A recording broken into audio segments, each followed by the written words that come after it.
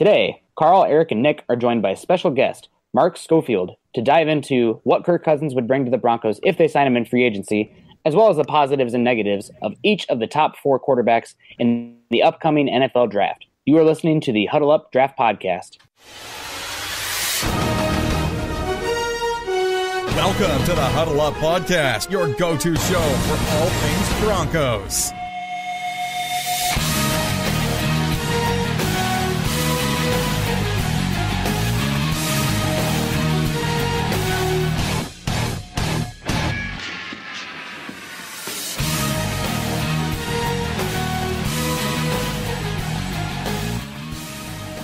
Once again, Broncos country, it is time to huddle up draft style. I'm your host, Carl Dummler, and with me today, my co-host is, of course, Nick Kindle, and show regular Eric Trickle. We're joined today by a very special guest, Mark Schofield. Mark is a writer and quarterback guru over at Inside the Pylon, as well as the host of Locked On Patriots. Please don't hold that against him. Mark has put in the time to really analyze the quarterbacks in the upcoming NFL draft, putting out articles on ITP and videos on YouTube, including the very fun and enlightening series covering each quarterback's interceptions from this past season. Mark, thank you for coming on. How are you, and what is the latest? Gentlemen, Carl, Nick, Eric, thank you so much for having me on. It's a pleasure to be with you. And we are just now getting into it with Combine around the corner. Although, as we were talking before the show, Valentine's Day is tomorrow. And I understand you guys have gotten things taken care of, so I'm glad to hear that. But I'm excited to be here, ready to talk some quarterbacks with you guys. Nick, how are you, man? Like we were talking about a little bit ago, I got all that Valentine's Day stuff ready to go for tomorrow, so everything's lined up. And, you know, we're planning on a little lower key thing, and then the girlfriend's like, oh, I got you a few things. I'm like, oh, man, so I'm hustling out there today and getting everything lined up and good to go. So excited for that. Should be a good one. We had a pretty low-key weekend as well, and things are starting to get warmer. Leaving work today on the bus, the sun was actually still up. So spring is around the corner, and that means the NFL draft is going to be here before we know it. Good to hear. Eric, how are you up there in Alaska? Doing great. It's past 5 o'clock, and it's still light outside. Season's changing. So happy for that. Tired of the darkness up here. Other than that, doing great. So hanging out with the daughter all day is fantastic for me, and getting to watch all the film and stuff and trying to get her into the NFL, even though she's not quite 8 months old yet. There you go. Got to start them young.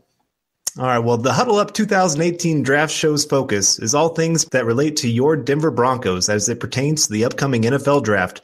With Nick and myself being draftaholics, we'll be bringing you fresh insight and analysis each week in every single episode, from scouting reports, player value, scheme, and personnel fits, and general draft-related banter. You can follow myself on Twitter, at CarlDummlerMHH, as well as follow Nick, at Nick Kindle MHH, and Eric, at Eric Trickle, and, of course, Mark, at Mark Schofield. Be sure to tweet us any questions or opinions you have, because we live for talking Bronco football. You can also follow the podcast Twitter account at HuddleUpPod. Make sure you check out ours and our co-writers' written content at milehighhuddle.com, a part of scout.com, and an affiliate of the CBS Sports Digital Network. We know you listeners are as football, draft, and Bronco crazy as we are, so please give us a click and subscribe to us on iTunes as well as Stitcher. And don't forget to share us on Facebook and Twitter. We wouldn't be here today without you listeners. So as a call to action, please take the time and go to iTunes or Spreaker to rate and subscribe to let your voices be heard on how you enjoy the show. Well, Mark, we'd just love to dive right in with the guy that most people are really linking to the Broncos, and it's not pertaining to the NFL draft, but that is Kirk Cousins getting ready to hit the market. What are your thoughts on this guy? Well, I mean, I think when you look at Cousins, you sort of have to, as an organization, balance the stability that he would bring to the quarterback position for the next, 4 to 6 years. I think you'd be hoping if you were to sign Kirk Cousins as a free agent over the potential uncertainty that you might have for any of the quarterbacks in this draft class as a rookie or in the first 3 years of their time in the NFL. Because with Cousins, you are going to get that stability. He's a known commodity. You know what you're going to get in him. You don't have to develop him. There won't be a learning curve. He can come in and run that offense pretty much from day one, the second he arrives in Denver or wherever his destination is. Whereas with any of these quarterbacks, there's going to be a developmental curve, and some it's going to be steep. We've seen Josh Allen, for example, linked to Denver, and that will be a steep learning curve. He might be somebody that needs to sit for a little while. And so if Denver or any team that wants to contend right away is approaching this offseason that needs a quarterback, Kirk Cousins probably makes more sense. But the flip side to that is that the current economics of the NFL almost require you to have a cost-controlled quarterback that allows you to spend money elsewhere. Look at the Seattle Seahawks when they won a Super Bowl. Look at the Philadelphia Eagles this year. You have basically two quarterbacks in Nick Foles and Carson Wentz who are costing you, and this would be last year's numbers, about $8 million, $9 million against the cap. It bumps up to $15 million next year because Foles gets a bump. So on another sense, you might want to look at these rookies and say, well, do we want to pay a ton of money for Kirk Cousins or just hope we get it right and draft a rookie who's cost controlled, who's going to be relatively inexpensive for the first 4 to 5 years of their deal? So that's sort of the double-edged sword to the Kirk Cousins thing, is that he's going to give you stability, but it's got to come at a price. Do you think he's worth that contract that he's probably going to get? It really sort of depends on, I think, the organization. If you look at the three teams that I think are probably most in the market for Kirk Cousins, Cleveland, the New York Jets, and the Denver Broncos, I think for the Broncos it does make sense because they are the closest to being ready to compete. I mean, this is a team that is just a couple of years removed now from winning a Super Bowl. This is a team that has basically the components in place, but for the quarterback position right now. When you look at Cleveland, when you look at the Jets, there are pieces missing on both sides of the football. But with the Denver Broncos, it was really quarterback play that held them up last year. And so for a team that's that close to compete, that, maybe might not have the sort of time to develop a quarterback in the window that they have right now, Cousins would, I think, make sense. Yeah, and to further that point, you have a guy that's probably a future Hall of Famer in Von Miller, and he's at his peak right now. The next 3, 4, 5 years, I mean, that is prime Von Miller time, and that's as good as he's going to be. Most likely, you're going to start to see a little bit of tail off there. And having a quarterback like Baker Mayfield, Sam Darnold, Josh Rosen come in, I mean, they are going to bring you that financial flexibility because they're not going to be as much, but it's going to take a little bit of time. Where you bring in Kirk Cousins, you are immediately, I believe at least, immediately competing in the AFC, because the AFC right now compared to the NFC, at least as far as I can tell, is definitely not as competitive. I mean, you have older quarterbacks like Tom Brady, your boy. I'm not sure if he's your boy, but, Patriots guy for sure. Ben Roethlisberger, a little bit older there. And then you have, some other quarterbacks, but really there's not that much quality depth in the AFC right now. So if you bring in a guy like Kirk Cousins to offer that stability year 1, year 2, year 3, and you can take advantage of still having that peak edge rusher and Von Miller and building around him with the stability at quarterback, I think the Broncos can make a quick turnaround and make some noise in the AFC pretty quickly with a guy like Kirk Cousins under center. Yeah, Nick, I think that's exactly right. And I think that's the right way to sort of view this because, Denver still is in a contending window. Whereas some of the other teams that might want to approach Kirk Cousins, the wild card here would be the Minnesota Vikings, what they decide to do with the quarterback position. Obviously, they've got 3 guys in the room, but they're all free agents. They can all walk. So there's a slim chance that Minnesota gets into the Kirk Cousins sweepstakes here. But I think, in terms of going to a contender, a team where he can win right away, Denver is the most attractive option for him. And it does enable Denver to stay in the mix, like you said, in a conference that is somewhat down. If the Broncos got basically mid-tier quarterback play this past season, they would have been probably in the mix for a playoff spot. I mean, that's how the conference was built this year. It was built for teams that got in, like Buffalo, for example, that, probably shouldn't have gotten in, or, could even make a case that Tennessee shouldn't have gotten in. But they did because the conference was in a weak sort of position. And the quarterback level of play in the AFC right now is such that Cousins could come in and be one of the top starters in the AFC if he makes a move to Denver. Yeah, and to add on to that is the rumors coming out and talk coming out of Denver is that John Elway's looking to be stepping back and taking a lesser role in the future, or more of an ownership role. And he's going to want to be able to compete again before he does that, if that talk is true. And Kirk Cousins is the quickest path to that. His contract is up after the 2021 season, I think it is.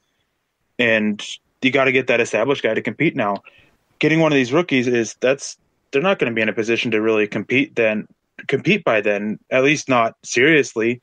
And also with the quarterback play this last year, that is one of the reasons why they decided to keep Vance Joseph too, is the guys in the front office felt that the quarterback play is what held everybody back more so than the coaching did. And so they want to get him and see what Vance Joseph can do as the head coach with Kirk Cousins in play.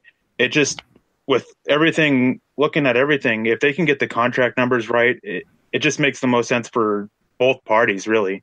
Yeah, I would agree with that, Eric. I think this is the wisest sort of plan A for the Denver Broncos. Now, I know the numbers are going to have to be worked around. I mean, they're approaching, they're not up against the cap, but they'd have to make some room to be able to get Cousins in. They might have to make some sort of cap cuts that could hurt on either side of the ball. I mean, we've heard about, Talib might get shopped, talking about shopping Emmanuel Sanders. But the trade-off is that you get the guy that comes in, that gives you stability, that can make your team competitive offensively on week one. There's no learning curve. Now, some of the guys we're going to talk about in a bit, the learning curve is not as steep. Like I think of Josh Rosen, to a certain extent, Baker Mayfield could even come in and play right away for Denver. But I don't think you're going to have the success right away. And if you're looking to be competitive in the 2018 season, Kirk Cousins makes most sense. Yeah, and to drive that point home, here's some numbers on Kirk Cousins since becoming a full-time starter in 2015.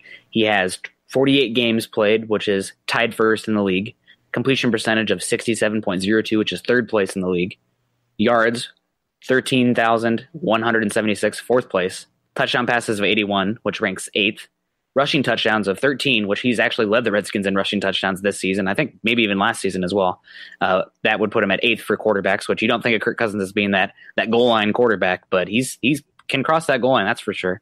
And QB rating of 97.5. So he's been putting it together in Washington. Granted, they've had a pretty good offensive system there. I like what Jay Gruden does. Solid offensive line. Besides this past year, where it seems like they were the team that was a bit harder by the injury bug than any team in the NFL. But what Kirk Cousins did this year honestly drove it home for me that I think this is a top 10 guy. And if you get him in the AFC, surround him with a good defense, and just let him be competent at the quarterback position, that could really be a solid match, and I think Denver would be a really good spot for him. And furthermore, there is some talk that the contract for Cousins is potentially going to be a little bit more nuanced than people are talking about. There is definitely a chance that he could get that $30 million a year contract, but from what I've heard from Eric and from some other people as well reporting on this Cousins contract, it's not so much the APY, the annual percent yield, that's going to be so big for Cousins, but it's the guaranteed money. There is talk that he could probably more likely get a contract that's 24 to 28 per year, but the guaranteed percentage, I mean, we're talking 80, 90%. So that's definitely a league-changing kind of contract right there. And I wouldn't be surprised with how much Cousins has spoken on the fact that, it's all about that guaranteed money, that he might be able to take a little bit less APY on that contract, but the guaranteed is going to be record-breaking, in my opinion. Yeah, and I think that's probably the move that he wants to make is, that's the sort of the way that contracts are headed right now is, these guys want to make sure they get the money. The top line number, that's really not what matters. It's what they're actually going to walk away from. And, we've seen this with, Jimmy Garoppolo just a couple of days ago. We're going to see it with Cousins. These guys are going for the guaranteed money. That's how they maximize their, short time in the National Football League, even for quarterbacks. It's going to be, the lifespan is not that long.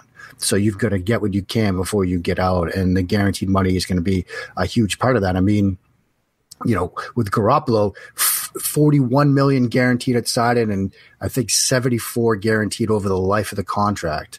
And that was actually a step down. I mean, Stafford's deal was 68% of it was guaranteed, 92 million guaranteed over the life of the contract. So that's going to be the big number in the end. Eric, what have you heard on that front, since you are more of our inside guy on the contracts and the inner workings of the Broncos? Everything I've heard is that Denver wants to try to get him for a little bit cheaper than on it. The latest with Jimmy Garoppolo's contract being signed is that now it's sounding like they're just going to have to beat out that average per year that Garoppolo got, which was like $27.5 million or something like that. Yeah. But the biggest thing is guarantee. I remember watching an interview with Kirk Cousins where he was talking about it, and he's a big advocate for getting guaranteed contracts in the NFL. And in another interview I was watching of his, he was talking about how if they want these guaranteed contracts, the players, that they know they're going to have to take a little bit less than the overall money that they know they can get. And I know a few other players, and I know some contract guys in the NFL have talked on that too, is you want these guaranteed contracts, you got to take less. So I think it's very realistic that Cousins ends up taking maybe a 28 average a year deal with a huge signing bonus. I mean, that huge guaranteed percent. And honestly, that's the way that Denver can make it work the easiest, is you can sit there and really structure it a little bit differently and make it work. Maybe help out the cap at year one and add it down, because the contract or the salary cap is going to continue to rise up. And you have that yearly raise that comes every year, and Denver's getting out of some contracts over the next couple of years. This year, if they get rid of Talib, he's out of there. Menelik Watson, he's on the way out. CJ Anderson, he's likely out. Those guys right there, that's almost $20 million added to the cap. Then you're going to get guys like Brandon Marshall and Darian Stewart, who they're not set for the long term in Denver. They're going to be out in a few years. So if Denver has to go high with the APY, then they have the moves that they can make in the future to sit there and make it work and still bring in other guys. They have the moves they can make now. It's just all about the guaranteed money. That's everything I've heard. I've talked to a few different people. A friend of my cousin's, he's close with the Redskins organization, and he was telling me about a conversation that he had with Cousins one time as well, talking about guaranteed contracts. And it just sounds like that's what he wants more, is a higher guarantee, and he knows that he has to take less overall. Well, getting back to the actual play on the field, Mark, when you're watching Kirk, what do you see that he does really well? You know, one of the things that stands out watching Cousins and studying Cousins this year, like I did for the Bleacher Report NFL 1000 project, is I like the way he sort of maintains aggression, which is one of the traits that as a quarterback, you always have to be appropriately aggressive for the situation, for the moment, for the play against the defense. And Cousins, while he's not sort of, you know, the best downfield vertical passer, there were times throughout the season last year, whether it was early in the season, late in the season, where if the situation required it, he was willing to sort of challenge those thrown windows. You know, Jay Gruden does a lot of stuff schematically that helps the quarterback, a lot of mirrored, you know, half field reads. We've got the same sort of passing concept set up to both sides of the field. And then as a quarterback, basically what you have to do is just read the defense, take the easiest throw, whether it's based on field position, hash mark, coverage, whatever it is. So it sort of helps the quarterback, helps you process information, make the right decision. But he doesn't do a ton that is Gruden doesn't in terms of scheming guys open. That's going to be something that Alex Smith is going to have to adjust to when he comes into this offense. So Cousins was asked to challenge some tighter throwing windows, and he does it, and he does it fairly well, whether it's, you know, cover two looks when you're trying to hit that boundary throw, you know, behind the cornerback and before the safety can rotate over, whether it's cover three stuff and you're trying to attack up the seams. Cousins does that very well. You know, and in Gruden's offense, you know, even with what he was asked to do, I think he's a very talented quarterback. Some of the mistakes that were made by the Redskins this year, I wouldn't put it on him. I think he processes information extremely well, which is going to be a learning curve for any quarterback who comes into the game right now, because so much of it is reading and react to what you see from the defense. And so I think Cousins on the field is a very good quarterback. He's sort of that, you know, mid-tier, like, you know, anywhere from like 12 to 15 right now, and in the right offensive system could bump up a tier. So, you know, I like the way he attacks defenses. I like the way he challenges windows. I think he's an appropriately aggressive quarterback that can make accurate throws, particularly in the short and intermediate areas and down the field when asked to do so. Yeah, absolutely. I can't disagree with you there. And honestly, did you see anything, you know, talking about what he does on the field, but you've probably seen him more than just this past year. Was it the past year that intrigued you the most with Kirk Cousins? Because like there's so much going wrong around him. I mean, granted, he did have the continuity of the system, but that offensive line was just in the injured ward, obviously, and the running game wasn't great, and he lost, you know, guys like Jordan Reed and Terrell Pryor didn't really work out, and that whole just offensive system just was never really got going. And Kirk still managed to put up pretty good numbers and played pretty well week in and week out. Yeah, I thought he played really well. You know, I'm actually in the D.C. area, so I get to see a lot of Cousins. You know, I can't wake up in the morning without hearing Kirk Cousins' name, whether I'm just watching the local news or whatever it is, because Washington, D.C. is a Redskins town. It's not a sports town. It's a Redskins town. And people eat, sleep, breathe this team, you know, 365. And so I've seen a ton of Cousins. You know, this past year I studied him for Bleacher Report, but the year before that I was watching a ton of them anyway. And I really thought what stood out this year was one of those catchphrases that, we hear during draft season, competitive toughness. Well, one of the ways you can see that in a quarterback is if things aren't going your way, if, balls are clean enough for receivers' hands and, getting tips for interceptions, but you're still out there, handing in the pocket, fighting in the pocket, making throws, doing everything you can to lead your team to victory. That's a box that Kirk Cousins checked. And I was very impressed by it. I mean, you look at that game against Kansas City when he made a throw that should have won that game and the pass wasn't caught in the end zone. It would have been a tough catch for Dawson to make, but Cousins put it where it needed to be. And you saw throws like that throughout this season. And, from that standpoint, I think, with respect to maybe, Baker Mayfield, it's hard to find a rookie that might come in and can sort of, be ahead of where Kirk Cousins is in sort of that competitive toughness, mental toughness type part of playing the position, which is such a huge component to it because not everything's always going to go your way. And as we've seen with Cousins this year, things didn't go his way, but he fought through it and still put up good numbers. Yeah, I totally agree with you there. I remember that pass now. Was that like week 2 where it bounced off Doxson's hand against Kansas? Yeah, that was an early. Yeah, I think it was either. I think it was week 3 because I think Philly was out in Kansas City week 2. But yeah, it was a home game, Monday night game for Kansas City. Tough, almost impossible environment to play in, and Cousins, and that was when Kansas City was good early in the year. And Cousins in Washington, they went like toe to toe with them. Cousins made the throw that should have won the game. It took, an incompletion and then, the Chiefs were able to pull out the win at the end. But, that game showed me a lot about Kirk Cousins, the quarterback, Kirk Cousins, the football player, and Kirk Cousins, sort of the leader. Yeah. That game was, I'm looking over the schedule right now because one of the things I want to talk about was they played some tough teams and they played them really well. They lost to the Vikings by 8 points. And I remember watching that game. My dad's a pretty big Vikings fan. And Cousins made some great throws there. And ultimately what lost in the game was the defense just wasn't able to hold up. And they went 7-9 this year. And I think if you take Kirk Cousins on that, I'd be surprised if they win more than 3 games. Yeah. Just with all the injuries on the offensive line, Reed getting hurt and the receivers, their issues, he didn't have a lot to work with. And he still took that team and exceeded what I would have expected otherwise. I think a lot of people don't realize that he can do that. Is that when you look at a quarterback, is you want the guy who can take the talent to the next level around him. And he did that in Washington. He made a lot of those guys look better than they are. And he still had to deal with a lot of drops from the receivers. He had to deal with the banged up offensive line. He had to deal with injuries to the running backs. I can't even remember how many they ended up losing on the season. All this stuff that he dealt with, and he just persevered. And a few weeks ago, I was really anti-Denver getting Cousins.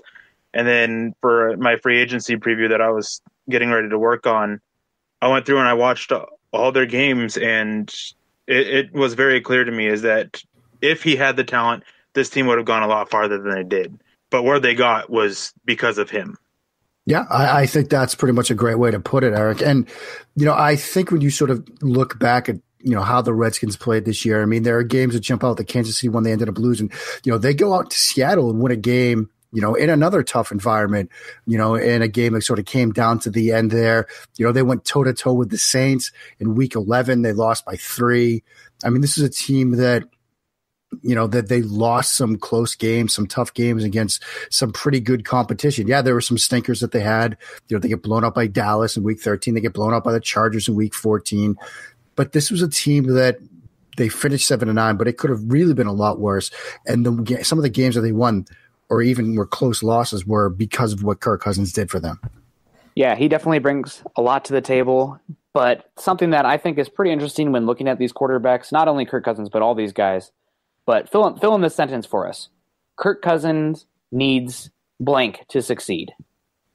I mean, I think for Cousins, you do need solid protection because one of the things that you can notice watching Kirk Cousins is not the best against pressure. There was a thread recently on Twitter where somebody strung together a lot of his interceptions or the bulk of his interceptions that came when he was facing pressure, whether it was a free rusher, whether it was a breakdown in protection, whether it was, a twist or a stunt up front that got, a rusher towards him. There are times when his decision-making and his ball placement will dip, and it comes mostly when he's in the face of pressure. So he's going to need to have solid offensive line around him. And that, kind of makes what he did this year stand out even more because even with that weakness to his game and the problems that the Redskins had putting out a healthy offensive line week in and week out, and the fact that he faced a ton of pressure, he still had a good season, even though pressure made him, put him in some situations where he made mistakes. And so I think, that's the thing that he sort of needs. If he can get consistent pass protection, consistent play up front, that's going to put him in the best sort of situation to succeed as a passer. That's awesome. That's what we like to hear. Denver's had some issues with the offensive line and pass protection over the past few years. I'm not sure if you're totally aware of that, but every single mock draft I have that comes out, I feel like everybody harasses me. The Broncos need to fix that offensive line. Right. It's getting there, hopefully. It takes more than one season to get there when it's been as poor as it's been, but that's definitely a big thing. If the Broncos do get a guy like Kirk Cousins, they do have that 5th overall, that they can take a guy like Quentin Nelson, maybe a tackle rises up, or maybe they trade down and get a guy later on. Maybe a team like Buffalo trades up. So there's some options there that they can build around Kirk Cousins and make sure that he has what he needs to succeed. But another area about quarterbacks that's important, in my opinion, is what they can overcome. And when you bring Kirk Cousins to the table, what sort of faults on a team that he can help mask that makes the team better, even if they are weaker in some area? Well, I think sort of one of the things that you get when you add Kirk Cousins is you keep the entire playbook open. You keep the entire offensive system open and available to the offensive coordinator. Whereas if you bring in a sort of a rookie, if you bring in a guy like a Josh Allen or a Josh Rosen, you're going to sort of limit what the offense does. You're going to sort of put the brakes on the offense a little bit. You're going to try to do more with the run game. You might see a lot more, 7-8 man boxes, which kind of impacts your ability to run the football. Whereas with Kirk Cousins, the entire playbook is open. You can do whatever you want. Teams, if you want to stack the box against Kirk Cousins, fine. He can beat you in a bunch of different ways throwing the ball downfield. And, the offensive coordinator will have no qualms about turning the keys over to him. Whereas with a rookie, there are going to be sort of those situations where against stacked boxes, he still might hand it off. He still might be afraid to sort of make those aggressive decisions like we talked about with Cousins. And so I think he will allow you to do everything you want from an offensive schematic standpoint. He will allow you to challenge defenses in a variety of ways. You can have, exhaustive game plans put together, things that will force the opposition, force the opponent and their defensive coordinator to really spend a lot of time going through different scenarios week in and week out to get ready to play the Denver Broncos with Kirk Cousins as quarterback. Whereas if it's, again, a rookie quarterback, that you're only going to get a portion of that playbook, a couple of different looks from them, because you've got to simplify things while that guy sort of gets his feet wet and learns that system. And so I think that's what he allows you to overcome. He allows you to overcome sort of the, newness that a rookie quarterback would bring. He allows you to keep the entire offense open and available to the offensive coordinator, and it allows you to stress the defense at all levels of the field with everything you've got in the playbook. Yeah, on top of that, too, is that you got to look at what he brings with the other players. When you have a rookie coming in, they don't always get looked upon as to be the leader of the offense. Kirk Cousins, he knows how to handle himself. He knows how to take command of the offense and be the leader that the guys follow. And that is something that Denver actually really needs. Paxton Lynch, Brock Osweiler, even Trevor Siemian, none of these guys were able to really lead the offense. They struggled, and there was a lot of issues with other offensive players with these guys. And you don't have to worry about that with Kirk Cousins. And maybe some of these rookies, maybe you don't have to worry about it, but you don't know, because you can't ever really tell how a rookie is going to act until they get there. Paxton Lynch, there's a lot of talk that he came in and he was kind of entitled, had an air about him that he was hot stuff. And I've heard rumors about that about a few other quarterbacks too throughout the league. So getting that veteran, I mean, yeah, it opens up that playbook too, but you get that leader at that quarterback position that you have to have. Yeah, Eric, that's a great point. And what I thought was really sort of interesting, think back to, week 16 and the aftermath of that game. Obviously Denver, they play Washington. The players on the Broncos side of the ball get to see Kirk Cousins up close. And you saw pretty shortly thereafter, guys on the defensive side of the ball for Denver talking about, they had a pretty good guy over there in Kirk Cousins, and so you could tell, to your point, that this was, a team that was almost starved for leadership and stability at the quarterback position. So you almost get the sense that if the organization, taps into that and is cognizant of that sort of desire and want from perhaps some of the veterans on this team to get a stable presence at the quarterback spot, then maybe that's going to force them to sort of pursue this because it's going to really provide a boost to the entire team. I mean, if you're, we started opening up talking about Von Miller. If you're Von Miller and you see him go out and be aggressive and go get Kirk Cousins, that gives you some buy-in. But whereas if they step back and you bring in like a Baker Mayfield or you Josh Allen or somebody, I mean, what are you really thinking there? I mean, is the thought that you're going to be able to compete and win a Super Bowl with this guy as a rookie? Maybe. But you'd feel a lot more comfortable, in an idea like that if it's Kirk Cousins that's coming to town. Yeah, and when Denver won that Super Bowl a few years back with Peyton Manning, he didn't play great, but he was the leader on the offense, and he kept them doing their job. Once he left, it was very clear that was missing. So I think a lot of people are, from what I see with Broncos fans anyway, on Twitter, always messaging me and tweeting at me and stuff, is that they're not valuing the leadership that Kirk Cousins brings like they should be. You got to have it. And as you said, all the players after the game, even before the game, players were sitting there talking about how they needed to go get a guy, or not saying it directly, but you can take the implications were there in what they said. Von Miller implied it a lot of times in interviews that they got to get some more help from the offense and the quarterback. Brandon Marshall, he basically flat out said it at one point. Can't remember the exact quote. And then you have a guy like Aqib Talib, who, he may be out now, but he and Chris Harris have both been vocal in and out of the locker room about getting help from the offense. I have a hard time seeing the front office hear the players talk like this and not realize that, hey, we got to go get this guy. We got to go get them the leader that these guys want. We still have a few more quarterbacks to get to here, but we want to say thank you to our sponsor, Audible. Get a free audiobook download and a 30-day free trial at www.audibletrial.com/huddleup. Over 180,000 titles to choose from for your iPhone, Android, Kindle, or MP3 player. Again, that's www.audibletrial.com/huddleup. All right, well, that seems like a good stopping point there for Kirk Cousins. We could talk about him for an entire show if we really wanted to. But I really want to get to some of these upcoming rookies. And I want to start with this. This is my guy. We did a series, Mark, on each of us kind of took a guy under our wing and said, this is the guy we're going to pound the table for. And I had Sam Darnold. Eric had Baker Mayfield. And Nick had Josh Rosen. And Sam Darnold, this is a guy I loved watching his games. And he had a lot of issues. One of my favorite videos you've ever done was actually his interception video. Just to see them back to back to back. And just to see him doing the exact same things over and over again, I guess it really helps to open your eyes. So I recommend any of our listeners go watch his videos on the interceptions of these players and just the issues that they had. And I guess just starting off here with Sam, do you think it was the right decision for him to come out this year? That's a tough question, Carl, because you could definitely tell that. I don't want to full on say that he regressed from, 2 years ago to last year, but I think as you alluded to, you go through some of his film, you see some repeated mistakes, you see the mechanical inconsistencies in the upper and lower body, the upper body, which has gotten a lot of attention, the lower body, which hasn't gotten as much, but is still prevalent.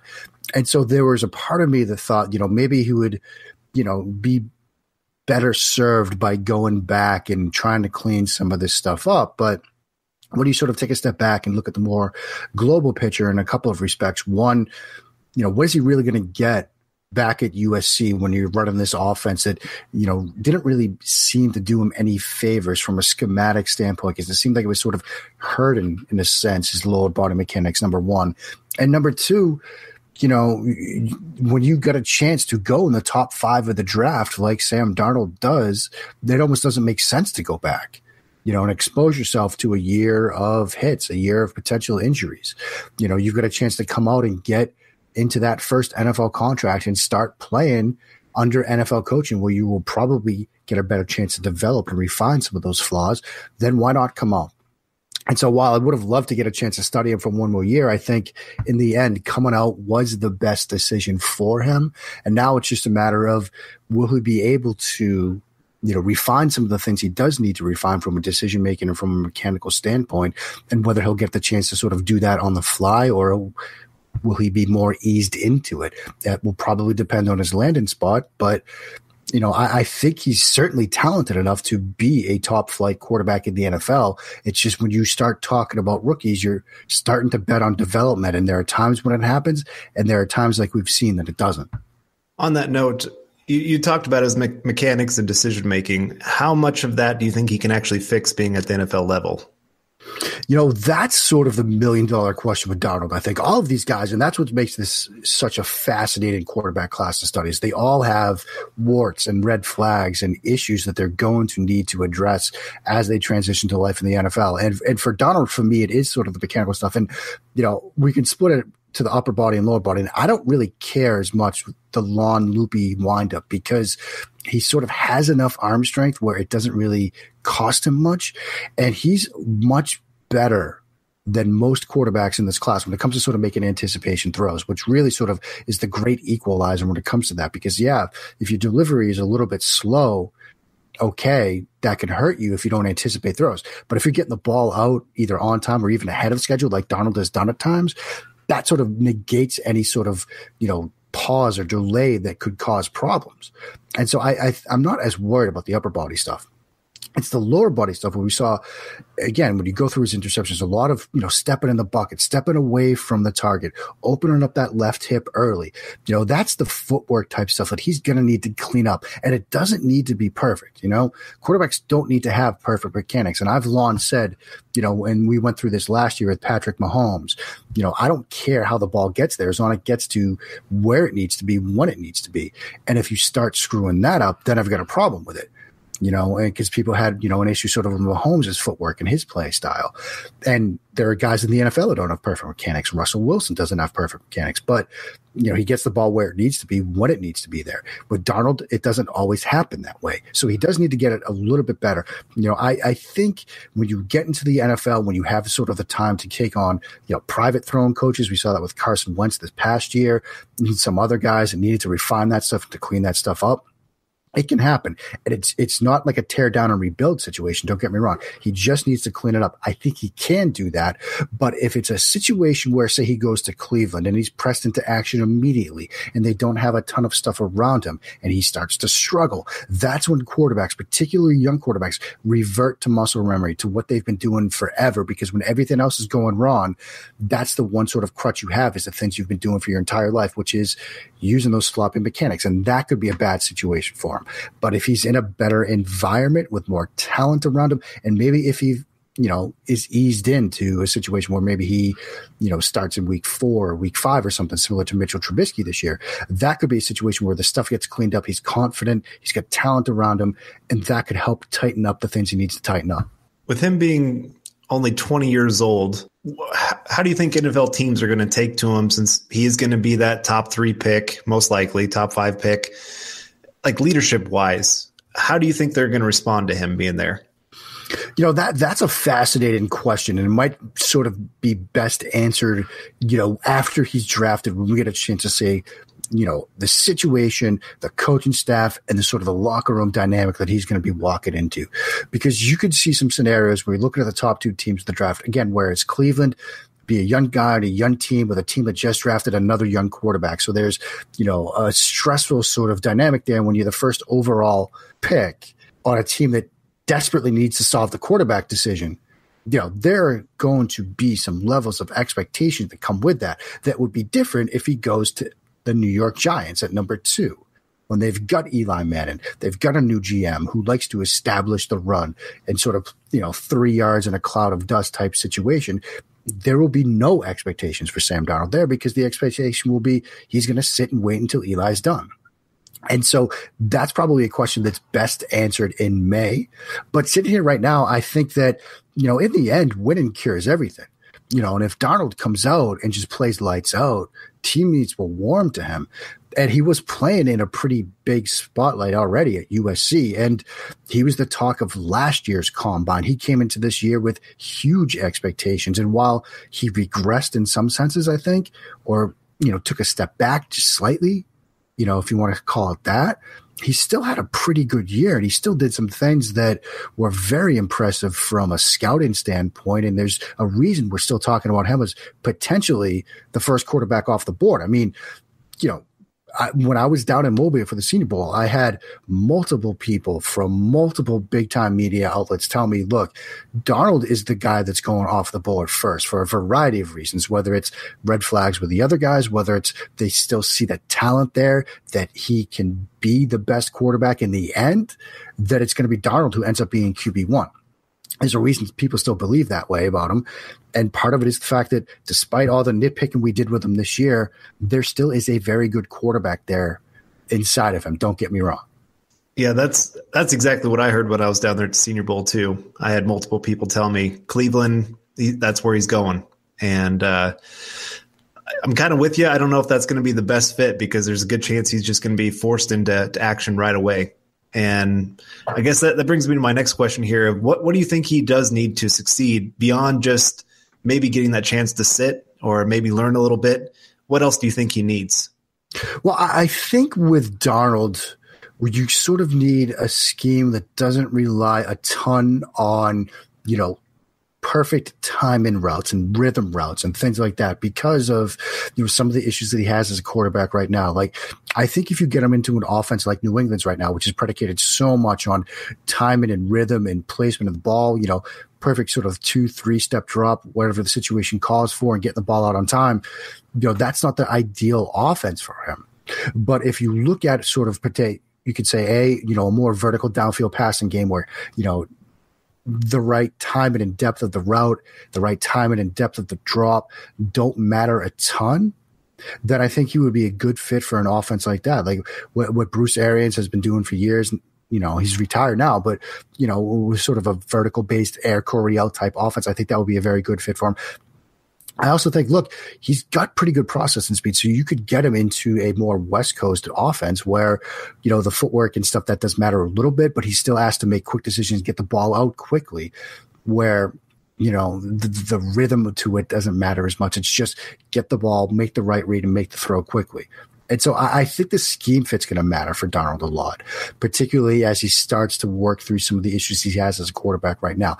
But scheme fit matters for most of these guys. There's only one that I think is really sort of scheme diverse. We're going to get to him in a second. But, for Darnold, I think that the scheme fit's going to be a big issue of how well he develops early in his career.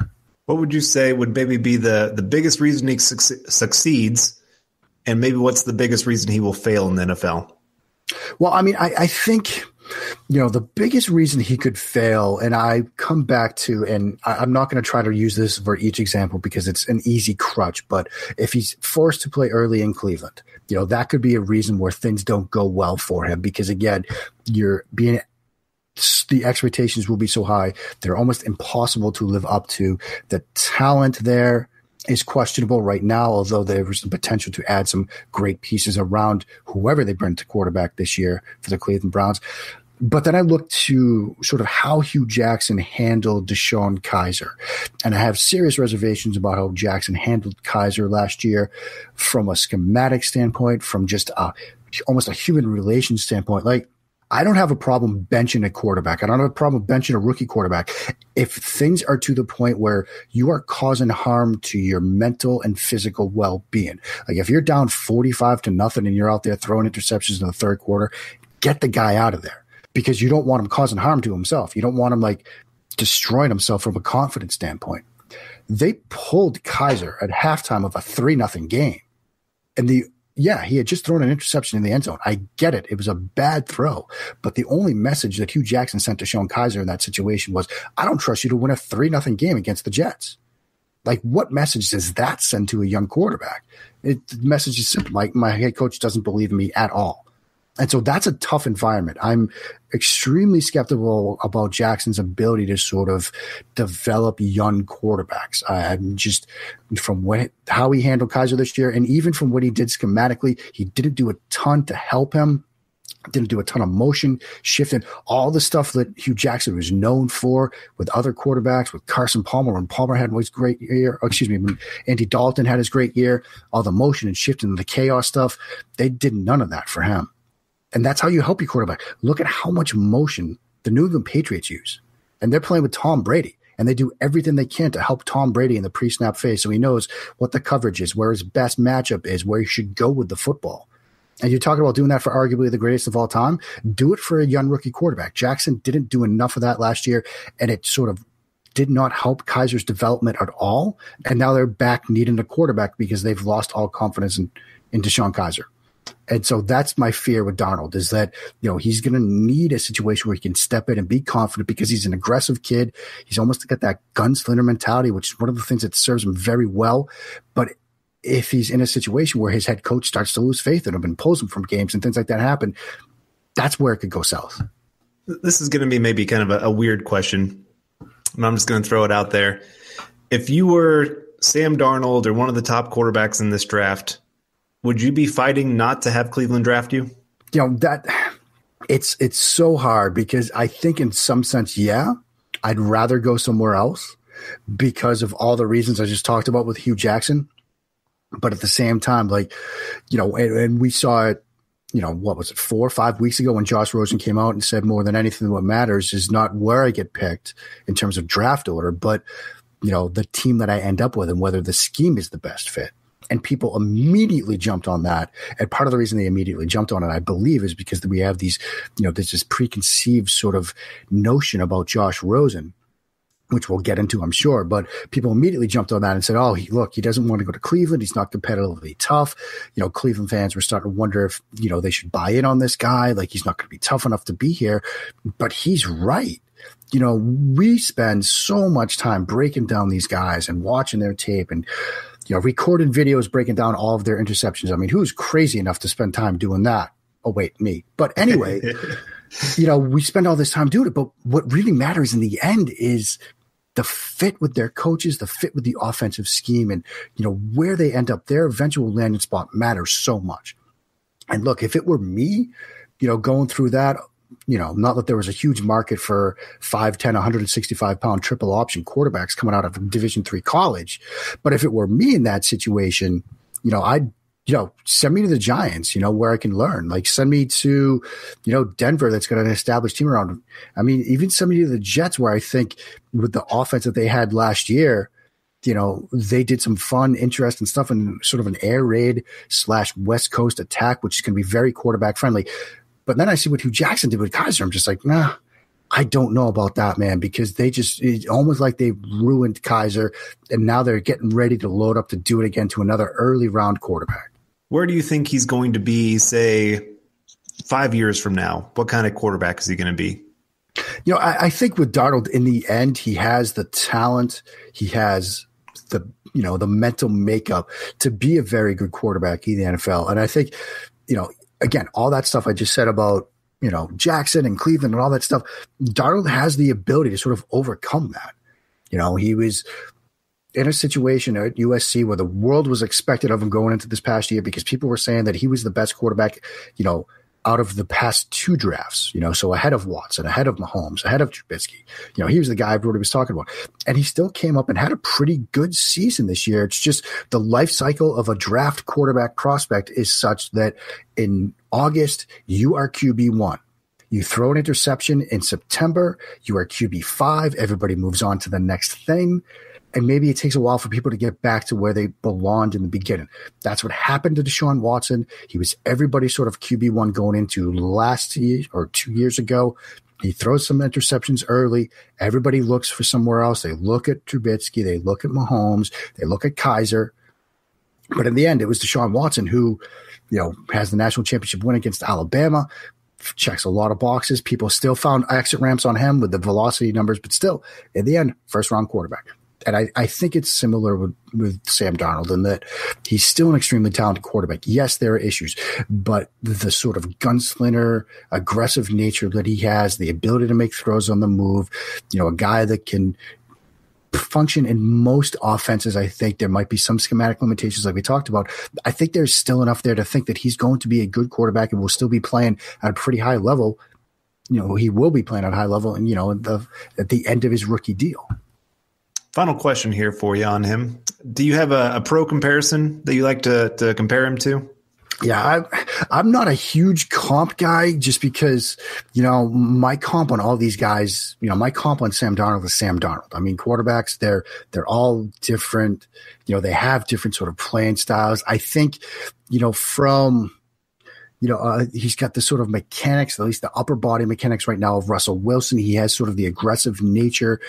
It's almost Favre in a sense. I saw the great Matt Waldman do a video on Darnold and sort of compared him at some level to Favre from a sort of, there are flaws there. Yeah, there are things here that are sort of rough around the edges, but it's going to work out because he has sort of the stuff between the ears as well as the guts to make some throws that other guys will shy away from and the processing speed that other quarterbacks lack. So, there are some good things to like about Sam Darnold. And I think in the end, he's still going to end up being a good quarterback in the NFL. Yeah, there is a lot to like there with Darnold. It's a lot of tools. I mean, you got the athlete. My pro comparison, I think he's got kind of the wonkiness of the Phillip Rivers at the top, but then he has those magician moments in the pocket where I see a little bit of Tony Romo. But again, pro comps the guys are each individual, so not the best, but kind of good to get it out there for the listeners sometimes so they kind of get an idea.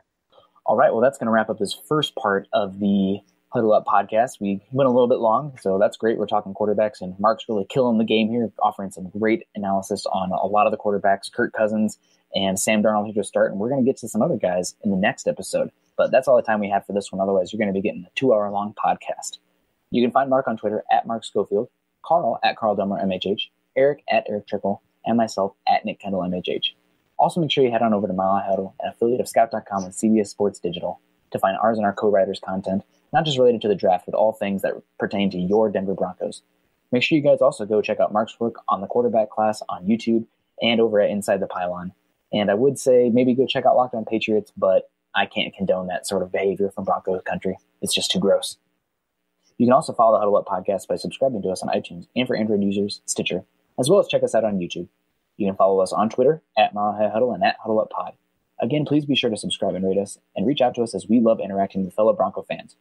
For Carl, Eric, and Mark, I'm Nick, wrapping up another episode of the Huddle Up Draft Podcast. We hope you enjoyed it, and we will see you next week. Go Broncos and go draft. Mile High Huddle.